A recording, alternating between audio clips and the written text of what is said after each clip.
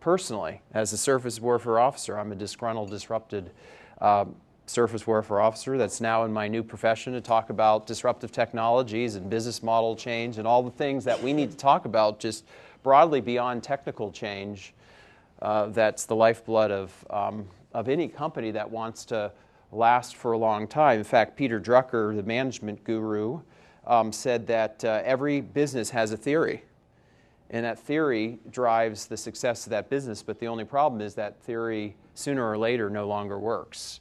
And so we have to be capable, not only from a technology side, but from a business innovation side, to how do we be prepared to transform or change the theory necessary for the fact that markets don't sit still, just like the march forward in technology doesn't sit still, and these things converge together to think about different business constructs. So that's what I'd like to do today. I'd like to do a few things. First of all, I want to spend the morning, if nothing else, trying to give you a language around innovation that's broader than product innovation, broader than just thinking about what you would do in the core. A way to frame innovation as it relates to, I think, how Lockheed Martin needs to forge ahead. And that's not a lecture, that's a discussion that we hopefully have between now and noon.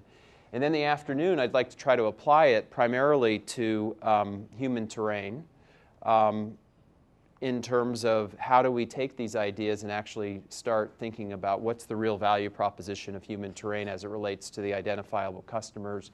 How can we begin thinking about if this is an existing Lockheed Martin business model, or we'd actually have to open up and think about new business models, and then kind of end the day trying to synthesize what we've chatted about.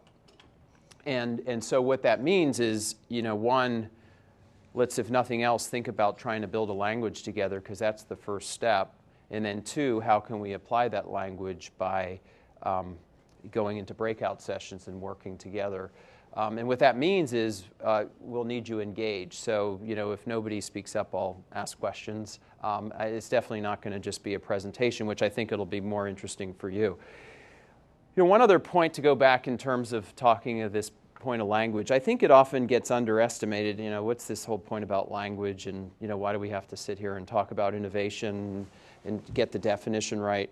Well, the research that's been done suggests that as it relates to, say, best practices, that one company or one division of a unit, and by the way, I was here in 1998 when Lockheed Martin started LM-21, because bringing together all these different companies, they wanted to leverage best practices. So we spent a lot of time thinking about, how do we get these best practices transferred across all of these, these new companies that have been put together. And so we even worked to figure out the research behind the identification and transfer best practices. What we found through the research was that it was not invented here syndrome that was going to be the problem of one unit adopting another unit's best practice. The number one problem was causal ambiguity, that one unit couldn't understand really the cause-effect relationship of why the other unit was successful in what it did. I mean, you couldn't get underneath the cause-effect, and if you didn't, then it wasn't really going to be transferable. Right behind that, the second reason was what's called absorptive capacity, that one unit spoke French and the other unit spoke English, and the protocol, the transfer protocol, was different, and because of that, the best practice wouldn't transfer. And a far distant fourth was not invented here. So one other example in language, because I think it's so important. When Andy Grove started to think that, gosh, maybe we would get disrupted in our processor business, the Intel processor by low-end devices like advanced micro devices, he started to employ Clay Christensen's thinking. And he started to realize that, that there wasn't really any answer that Clay Christensen could provide Intel. I mean, these were the experts in their business, and Clay could never come up to speed with all the years of expertise that all these folks had. But what Andy Grove did say was that through the course of talking about the disruptive innovation framework and other frameworks around innovation, it gave them a common language and a common way to frame the problem that then help them make prudent decisions about how they might get disrupted and what they would need to do in terms of innovation to address the threat. And what happened because of that was the Celeron chip as a low-end device to address the market that was getting disrupted from the bottom. So that's what I would want to say here today is that I'm not the expert of your business. I come with a way of thinking about innovation, but if we bring it together, then I think you have hopefully a better way to frame the challenges in general of transformation, and then in particular human terrain. Let me ask you, how many of you believe that you, as a corporation, and you could say your business area, are in transformation? Okay, so most of you. How many of you believe that you are, well, maybe just to clear this question, how many of you believe you're embarked in transformation? So I should have said, how many believe you're facing transformation? And then the second question is, how many believed you are addressing that transformation today? Okay. All right. Because what I'm going to talk about here is not innovation to improve the way you do program management or the way you can come up with better products or system solutions that sustain your core.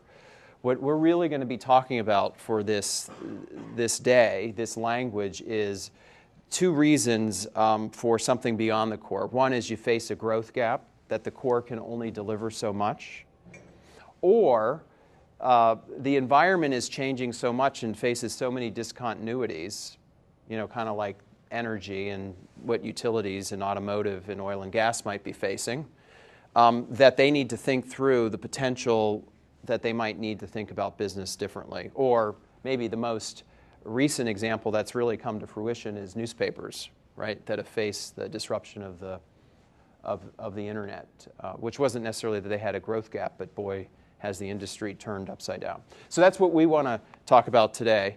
And let me start with yeah, please. Do you have an idea of the time span for a disruptive event? I mean, does it have to recur within a certain amount of time? It doesn't. I mean, I think the only thing that, and this is what makes it hard, is it's rare that, disruption happens in a year. These are usually over pretty long periods of time that both the disruptive force happens, but also the time it takes for the organization to transform. And so that's why we need a process, because the realities of disruption is that you couldn't at any one point say, aha, we are now in a point of being disruptive. It takes over such a long period of time. I mean, we've been talking about newspapers since 2000, It's been forever. And yet, you haven't seen any real change. And some of it, we're going to talk about the behavior of companies to address the threat. Because a lot of times companies will see the threat. It's just how they frame it and deal with it that can be, at worst case counterproductive, and at best case, just not really moving the needle. So any questions? I'm glad that you jumped in. Before we get started, any questions about what we're trying to do, or anything that you were hoping we were doing that we're not doing? Because this is really, like I said, a workshop, an interactive discussion. So this morning is going to be general discussion of disruption and innovation, and this afternoon we will try to address it to HT, and we're going to get into some of the HT activities and alternatives. And okay. Yeah, we're going to give you a lens by which, as an example of language, we're going to say, here's what we believe, independent of Lockheed Martin, the industry, human terrain, how you have to define a value proposition if you want it to be defined powerfully. And here would be the steps of which you could take human terrain and try to go through that. So, by the way, if that's all we do in the afternoon, that'll be a success. I don't imagine in 3 hours we'll have a well-defined value proposition and a completely re-architected business model, and we're ready to go implement that as a business. So, but we will go over that whole set just so you have it.